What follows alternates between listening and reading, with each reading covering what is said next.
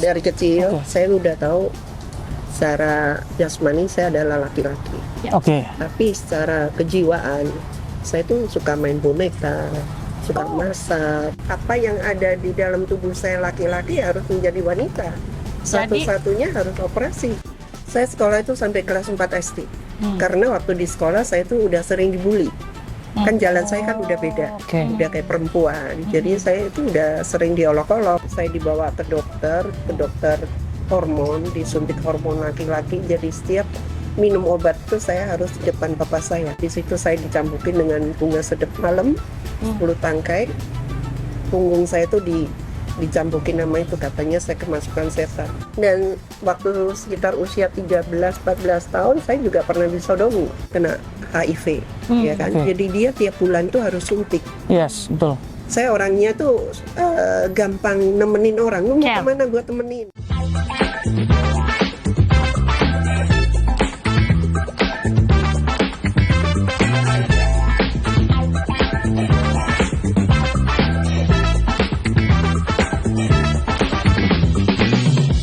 Shalom, welcome back to There is Hope. This is another episode of us, dan yang pastinya melihat kemuliaan Tuhan, kebaikan Tuhan yang dalam hidup kita terus dinyatakan tidak ada habis-habisnya. Ya, dan bersyukur untuk There is Hope selalu didatangi oleh anak-anak Tuhan, hamba-hamba Tuhan yang mendapatkan pemulihan dan juga nama Tuhan yang dimuliakan. Nah, kali ini narasumbernya luar biasa. Dengar ceritanya aja udah merinding. Saya amazed. Saya kagum dengan karya Tuhan dan juga pemulihan yang boleh diberikan tanpa memandang siapapun, dan itu kerennya Yesus. Betul. Langsung saja kalau gitu, Papers, kita sambut inilah dia Jonathan Tan. Iya, atau dikenal sebagai Kak Jo ya sekarang. Iya. Kak Jo ya. Ya lebih enak Kak Jo lah ya, lebih family. Oh iya. Bukan Kok Jo ya. Jalan. Apa? Kak Jo boleh, Kak Jo boleh. Aduh, Kak Jonathan, penasaran. Apa yang membuat dulu itu berpikiran untuk berganti jati diri yang mendasar? Masalah kejiwaan ya. Dari kecil saya udah tahu secara jasmani saya adalah laki-laki. Tapi secara kejiwaan saya tuh suka main boneka, suka masak. Pada waktu kecil? Iya, waktu kecil. Suka dengan hal-hal itu? Iya, suka dengan hal-hal yang berbau perempuan. Dan itu dari orang tua sudah melihat itu atau tidak? Waktu kecil mungkin biasa aja. Orang tua saya belum merasa, karena orang tua saya kan juga kerja ya. Kan anaknya papa saya itu banyak, ada 11. Wow. Saya adalah anak paling kecil. Jadi perhatian untuk ke situ itu kurang. Mungkin masih dipikir ya anak kecil biasa main belum tahu kali ya gitu ya. Sekarang yang cewek aja suka main mobil-mobilan, mungkin pikirnya biasa gitu ya. Jadi pada saat itu yang mendasari adalah kejiwaan ya. Jiwa saya. Karena memang dulu udah suka dengan hal-hal seperti itu. Kalau bergaul dengan perempuan itu lebih nyaman daripada laki-laki. Oh, dan ditambah dengan itu. Pada proses pertumbuhan kali ya. Nah, pada saat sudah berganti jati diri, kepuasan seperti apa yang didapatkan oleh seorang Ko Jonathan? Ini kan levelnya berganti dari yang tadi cuma main boneka, terus mulai deket bergaul dengan wanita, terus akhirnya punya rasa keinginan untuk menjadi wanita. Nah, itu apa? Kepuasannya ya karena saya pengen jadi perempuan, jadi saya harus apa yang ada di dalam tubuh saya laki-laki harus menjadi wanita. Satu-satunya harus operasi. Jadi karena kepuasan dari diri sendiri, bukan karena suruhan orang lain, atau memang karena lagi naksir orang lain atau apa, enggak. Memang timbul dari diri sendiri, dan itu arahnya salah ya. Yang pasti memang ya balik lagi PHPers. Pertumbuhan bagi setiap anak-anak, ayo para orang tua dampingi setiap pertumbuhan anak-anakmu, karena saya percaya dari kejadian Ko Jonathan ini pasti kurangnya mungkin perhatian bahkan dukungan membawa anak-anak kita kepada Tuhan. Betul, karena ya tugas orang tua harus lebih tahu anak-anaknya, seperti bapak kita juga kan. Nah, Ko Jonathan, prosesnya nih dari mungkin pas kuliah atau setelah kuliah atau pas harus bekerja. Saya sekolah itu sampai kelas 4 SD. Karena waktu di sekolah saya tuh udah sering dibully. Kan jalan saya kan udah beda. Udah kayak perempuan. Jadi saya itu udah sering diolok-olok. Jadi saya udah nggak mau sekolah lagi. Di 4 SD itu? Iya, mungkin waktu itu usia saya sekitar 12 karena saya masuk sekolahnya juga telat. Iya, iya, iya. Jadi habis saya nggak sekolah lagi, saya ngambil sekolah kecantikan. Oke. Lalu? Nah, habis saya sekolah kecantikan, saya buka salon sendiri di rumah. Saya kan bisa dapat uang kan? Iya. Nah, dari uang saya sendiri saya bisa beli pakaian. Tapi yang saya beli pakaian itu pakaian perempuan. Sepatu perempuan, tas perempuan. Nah, suatu kali papa saya melihat di lemari saya ada pakaian perempuan. Wow, dia Bukan ada, mungkin semuanya kali pakaian perempuan ya kali ya? gitu. Terus pada saat itu marah, terus bagaimana? Saya dipukulin di situ Umur? sekitar 13-an gitu. Terus punya sakit hati dong sama Pak? Ya, ada luka. Inilah nih laki-laki, makanya gua nggak mau jadi laki-laki. Ya. Tambah itu lagi Ya, mungkin ya? karena papa saya pengen saya menjadi laki-laki. Jadi dia berusaha keras dengan kemauan dirinya sendiri kan. Gimana caranya anak ini biar jadi laki-laki? Saya dibawa ke dokter hormon, disuntik hormon laki-laki. Jadi setiap minum obat itu saya harus di depan papa saya. Pakai obatnya itu saya buang. Saya dibawa ke kelenteng karena papa saya kan beragama Buddha, kepercayaan. Di kelenteng di situ saya dicambukin dengan bunga sedep malam 10 tangkai. Punggung saya itu dicambukin nama itu, katanya saya kemasukan setan. Dari situ rambut saya digundul, dicukur habis. Sampai saya nggak keluar rumah sampai 3-4 bulan. Gitu. Jadi dari kecil itu yang namanya luka dalam diri saya tuh udah ada luka, ya udah terbentuk. Waktu usia saya 19 tahun, papa saya tuh udah mulai sakit, kena stroke, jadi perhatiannya dia ke saya tuh udah berkurang. Dia pikir ya udahlah nih anak terserah lah mau ngapain. Dia juga bisa nyari uang kan, pikirannya kan begitu. Jadi usia 18 tahun saya mulai operasi payudara. 18 tahun? Iya, 18 tahun. Di sini? Pasang implan. Iya, di Indonesia. Itu uang dari mana? Uang dari hasil kerja saya sendiri. Dari hasil sendiri? Iya. Bukan dari hasil yang macam-macam atau memang karena usaha kerja? Usaha kerja dari salon. Sampai segitunya? Iya. Terus apa nggak jadi pertanyaan sama rumah sakit enggak? Enggak juga sih. Mereka mau-mau aja? Ya, karena mereka udah tahu saya udah pakai baju perempuan kan. Dari usia 14, 15 saya tuh udah pakai baju perempuan. Dan inilah memang ya, kita mungkin akhir-akhir ini kita harus sadar bahwa fatherless di lingkungan anak-anak tuh sangat berakibat sekali buat anak-anak. Dan ini akibat memang fatherless kan kebanyakan yang saya teliti, yang saya baca, bahkan yang saya ketahui, biasanya kalangan LGBTQ itu biasanya memang minimnya akan peranan seorang bapak atau mungkin minimnya peranan orang tua untuk sungguh-sungguh membawa anak ini ke masa-masa yang saat ini penuh dengan harus kebenaran dan pengetahuan takut akan Tuhan sebenarnya. Nah Kak Jo, setelah mengalami perubahan yang paling maksimal adalah begitu operasi? Iya, dan waktu sekitar usia 13-14 tahun saya juga pernah disodomi. Oke. Oleh, kalau boleh tahu? Oleh teman sekolah atau teman main? Orang lain sih. Oke. Orang lain. Ya mungkin mereka lihat saya kayak perempuan kan. Iya. Jadi mereka nganggap saya tuh bisa gitu. Satu orang? Ada beberapa orang. Oh my God. Yes, terus berarti yang paling jauh dilakukan oleh Kak Jonathan adalah operasi kelamin payudara dulu. Payudara dulu, lalu kelamin. Yang kedua, usia saya 21 tahun, saya operasi kelamin. Nah, perubahan ini ditanggapi oleh orang sekitar gimana, Kak Jo? Mungkin saudara dulu, kakak. Kayaknya kalau kakak saya sih nggak ada komen ya. Kalau dulu dalam keluarga saya cuma papa saya aja yang menentang. Cuma papa saya waktu itu kan udah meninggal kan. Iya. Jadi pikir ya udahlah, dia mau jadi perempuan, kalau jadi perempuan dia juga cantik. Mungkin mereka pikirannya begitu. Kalau kita lihat memang foto cantik sekali loh Kak Jo. Iya, cantik sekali. Makanya wah luar biasa. Nah, sekarang kita mau melihat bagaimana titik baliknya seorang Jonathan Tan. Iya. Bisa memutuskan kembali mau menjadi pria. Nah, ini satu hal yang keren banget. Itu dari 2011 ya. 2011. Iya, itu awal saya mencari Tuhan. Di Matius 6:33, tetapi carilah dahulu kerajaan Allah dan kebenarannya, maka semuanya akan ditambahkan kepadamu. Pada saat apa itu? Ada cinta mula-mula. Di mana pada saat itu? Waktu saat itu saya nganterin teman saya kan kena HIV. ya kan. Oke. Jadi dia tiap bulan tuh harus suntik. Yes, betul. Saya orangnya tuh gampang nemenin orang. Lu mau Care. kemana gue temenin gitu. Care, ya. Ya. Waktu dia suntik, terus akhirnya saya pengen tahu karena kehidupan saya dulu itu hancur banget kan, ya. Ya, Maksudnya dengan laki-laki itu udah biasa, yang 7-Eleven lah, yang gimana itu udah biasa. Saya juga takut kalau saya tuh kena HIV kan, kena AIDS kan. Akhirnya saya memberanikan diri. Saya coba deh, saya mau tes. Ternyata hasilnya negatif. Oh, puji Tuhan. Wah, puji Tuhan. Saya udah bilang sama Tuhan, kalau hasil saya negatif, saya tuh tidak mau melakukan dosa lagi. Itu janjinya. Iya. Itu. Ya, Sebelum dari melihat situ- ayat itu. ya, dari situ ada cinta mula-mula saya untuk mencari Tuhan.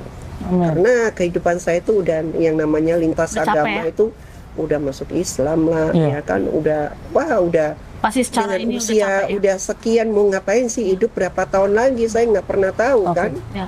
Ya itulah 7 tahun Tuhan proses hidup saya.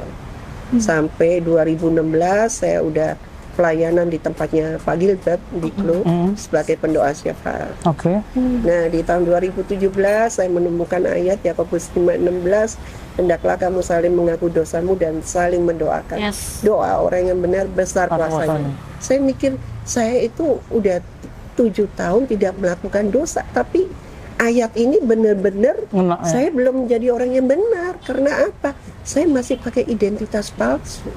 Oke. Saya menyadari saya adalah laki-laki. Terus di tahun 2018 saya dapat ayat emas lagi di Yakobus juga, iman tanpa perbuatan hakikatnya Mati. adalah mati. Jadi firman itu makin hari makin meneguhkan diri saya.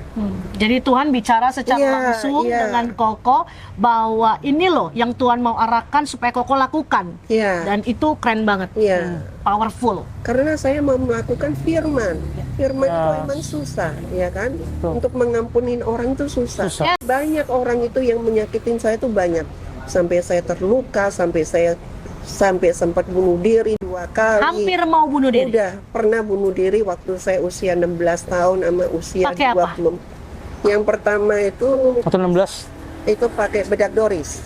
Astaga. Karena baygon belum terkenal waktu zaman dulu. Diminum Itu atau tahun 76. Astaga. Saya campur pakai air, saya minum. Nggak mati juga. Enggak, masuk rumah sakit sih. Sempat masuk rumah sakit 2-3 hari. Terus yang kedua saya minum baygon. Karena saya tahu baygon itu pasti Mati ya. banyak orang yang mati. Iya, iya, iya. Enggak juga. Ternyata enggak juga. Enggak juga. Tuhan. Masuk rumah sakit juga sih. Wow, luar biasa. Apa saat kendala waktu bertobat? Tuhan proses hidup saya itu seperti anak tangga ya. Ya. Dia tahu kemampuan diri saya. Nggak langsung. Capek ya? Mungkin ada orang tuh yang langsung Ngos-ngosan capek. apa gimana, tapi dia itu tahu Step by step. step by step. Makanya dia pulihkan jiwa saya yang sudah Beautiful. dirusak sama Ya. iblis 40 tahun. Yes. Dia pulihkan perlahan. Tapi pasti. Pasti. Dia melihat kesetiaan saya, kesungguhan saya gimana mencari Tuhan. Jadi yang namanya mobil saya dulu itu nggak ada lagu-lagu Rohani. dunia, itu nggak ada. Oh, Lagu rohani rohani semua. semuanya. Korbannya hamba-hamba Tuhan sampai teman saya. Pada saat waktu itu. Iya, waktu proses Oh, proses proses. selama 7 tahun. Sampai teman saya bilang gini, gua kalau masuk mobil lu udah kayak masuk gereja. Amin. Berarti Karena mengalami cinta mula-mula. Iya, iya, Ya, iya. ada pendalaman iman, ya kan? Yes. Ada persekutuan doa di Bandung selama 2 tahun. Tiap Ikut. hari Rebo saya datang, setiap ada seminar. Waktu itu zamannya susah setting ya. Oh, iya. Saya Oh, iya. selalu datang, yang namanya Atarpol itu saya selalu maju ke depan. Maju ke depan. Karena apa?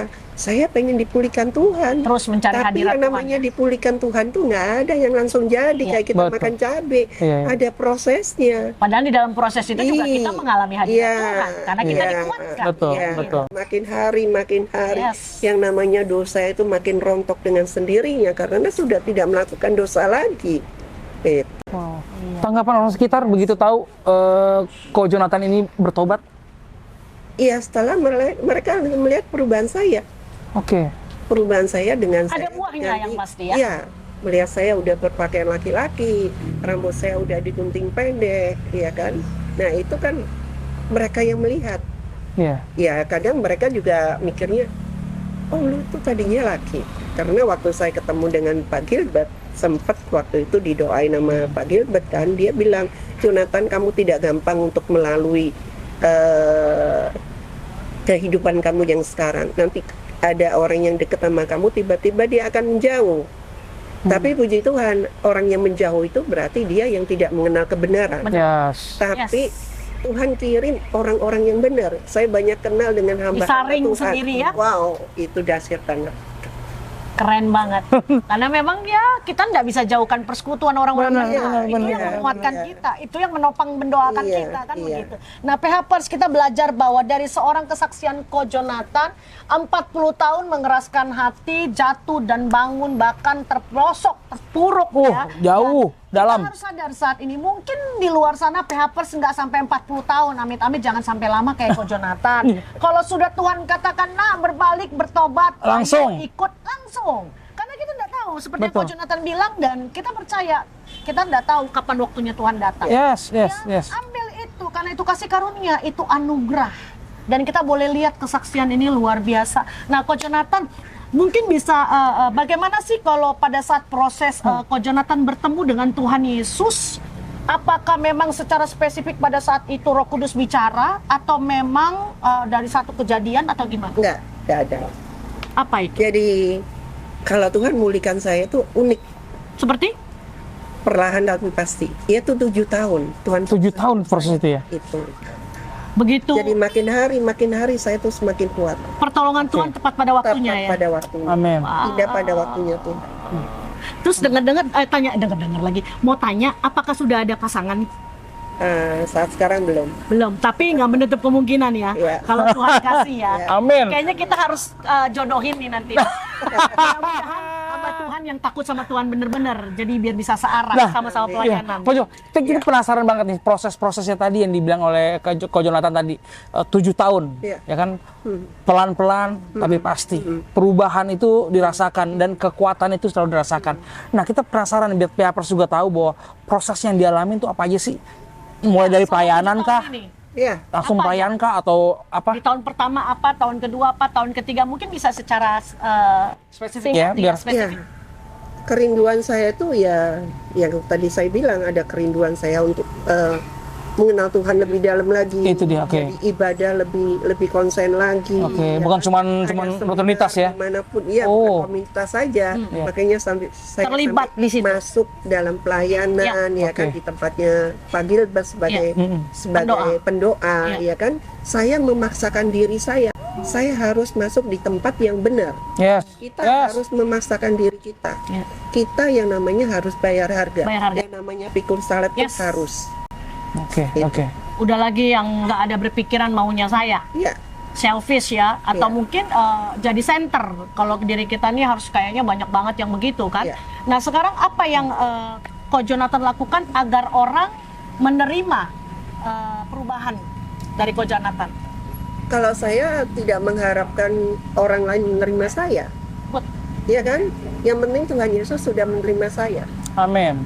Orang mau Amin. menerima saya, bersyukur, saya puji Tuhan. Haleluya. Kalau enggak, ya udah nggak apa-apa. apa-apa. Kita nggak bisa menutup mulut orang lain, bener nggak? Ya. kita udah nggak bisa lagi mengentertain orang Iya, lain, ya kan? yang Yuk, penting- kita traktir kopi biar mau berteman Iya. sama kita. Berarti banyak dong kok yang meremehkan sekarang ini dengan Ya, status yang pasti ada yang namanya pro dan kontra, itu pasti ada. Oke. Tapi bagi saya itu nggak pernah saya pikirin. Itu duniawi ya. Iya, iya kan. Oke, oke. Yang saya pandang sekarang hanya salib Tuhan itu aja. Amin. Amin, Yang penting amin. saya bisa melakukan Amin. kebenaran, bukan pembenaran lagi. Dalam hidup saya dulu itu selalu mencari pembenaran diri.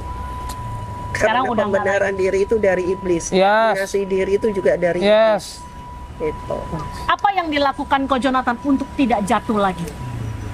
Komunitas ya. Ya. Ya, Komunitas. saya sekarang itu meskipun saya sudah dipulihkan Tuhan, kita nggak bisa cuma ke gereja aja. Kita harus punya komunitas yang benar. Ya, satu Dan komunitas. saat ini komunitas saya tuh di tempatnya Pak Timi, dia adalah mentor saya, Oke. dia adalah Bapak rohani Bapak rohani. saya. Oke. Dan dia selalu Menopang ya? menopang terus Ya, amin. pelayanan saya. Dan Amin. kalau saya pelayanan kemana-mana pun, saya selalu ngomong dengan Pak Gembala, Pak Gilbert. Hmm. Saya bilang, Pak, saya lagi mau pelayanan di tempat ini, saya lagi mau pelayanan tempat ini.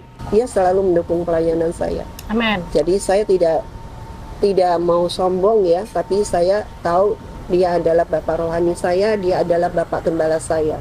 Jadi saya tetap minta dukungan dari dia, dan teman-teman saya pendoa pun juga mendoakan saya selama saya pelayanan kemana-kemana, mereka selalu mendoakan saya. Oh, Payapers ingat komunitas. Juga ada mesbah doa sendiri yang benar-benar sama Tuhan secara intim ya kan? Nah, mantap. Nah, Coach Jonathan, harapannya ke depannya untuk seorang Jonathan Tan. Harapan saya ke depan, kalau Tuhan mengizinkan, kerinduan saya itu punya ministry sendiri. Amin. Amin. Ya, biar mereka itu ada tempat untuk konseling. Ya, saat ini emang banyak yang konseling sama saya itu banyak melalui dari WA, melalui dari IG, banyak Instagram, banget. oke. Tapi saya pengennya konseling itu face to face. Ya. Karena saat ini mereka konseling sama saya itu masih tertutup. Iya. Masih malu untuk menelanjangi dosa itu ya. Iya. Nggak Sedangkan bisa. dari setiap perbuatan yang Tuhan izinkan terjadi, kita balik lagi ke Roma 8 ayat 28. Allah turut bekerja dalam segala sesuatu untuk mendatangkan kebaikan. Dan saat ini mendatangkan kebaikan bagi seorang Coach Jonathan. Coach Jonathan sekalipun dulu terpuruk, tapi masih dipakai Tuhan. Ya, untuk menjadi bagaimana ya, konseling orang, memberi kekuatan kepada orang lagi, mungkin mendoakan mereka. Harus. Ya kan? Dan itu memang kebaikan daripada Tuhan, rencana Tuhan. Nah, satu lagi pesan yang mungkin Coach Jonathan bisa berikan kepada semua anak-anak saat ini, anak-anak Tuhan buat yang Payapers sedang mencari jati diri. Mungkin bisa di-share. Ada pesannya. Pesannya hanya firman dan kebenaran itu yang akan memerdekakan hidup kita. Amin. Yes, amin. Carilah kebenaran, bukan pembenaran. Yes. Cari kebenaran, bukan pembenaran. Hanya firman yang bisa memenangkan kita. Dan hari ini juga kita minta doanya Payapers pada saat ini juga nih sedang sidang untuk status ya. Iya. Untuk status identitas sekarang ini. Saya percaya Tuhan pasti kasih. Amin. Kita doakan dulu yuk. Yes. Ya, kita doa. Bapak, kami mengucap syukur, terima kasih kami boleh meninggikan nama Tuhan, mempermuliakan nama Tuhan, dan Tuhan boleh kirim Coach Jonathan untuk boleh membagikan satu kebaikan Tuhan, pemulihan, bahkan juga yang memerdekakan itu dengan pengorbananmu di kayu salib Tuhan, dengan kuasa darah Yesus yang boleh bekerja bagi setiap kami, khususnya Coach Jonathan. Kami percaya Tuhan, kami berdoa, kami sepakat bahwa sidang status untuk identitas bagi Coach Jonathan Tuhan boleh berikan. Amin, dalam nama Tuhan Yesus. boleh menangkan dalam nama Yesus. Amin. Kalau Tuhan sudah izinkan dia untuk kembali sebagai laki-laki yang sudah Tuhan ciptakan, Tuhan juga yang akan membuka pintu itu, memulihkan, akan juga mengembalikan identitas Coach Jonathan di dalam nama Yesus. Tuhan, kami meminta biar persidangan Tuhan boleh atur segala sesuatu yang baik, yang menurut kuasa dari Tuhan, dan tidak ada intimidasi, hal-hal apapun yang dapat mencuri hak daripada anakmu. Kami tolak, kami hancurkan dalam nama Yesus. Terima kasih Bapak. Kami juga mau memberkati semua Payapers di luar sana yang saat ini sedang mencari jati diri. Kami percaya biar mereka boleh berjumpa dengan Tuhan. Tuhan boleh lawat mereka sehingga mereka boleh menemukan kasih-Mu yang begitu besar bagi anak-anak-Mu di dalam nama Yesus. Terima kasih Bapak yang baik. Haleluya. Sama-sama kita katakan amin. Sekali lagi Payapers, Matius 6 ayat 33, carilah dulu kerajaan Allah dan kebenarannya, dan semua akan ditambahkan. Jangan lupa yang punya kesaksian tulis di komen, atau yang ingin didoakan tulis di komen, sakit penyakit, pergumulan atau apapun, kita tim dari Shop akan topang doa untuk Anda. Jangan lupa sekali lagi follow IG kita di mana? Di TH__ bukan official. Ya, subscribe, like, komen, dan share. Jangan lupa. Terima kasih buat hari ini. Tuhan Yesus memberkati. Shalom.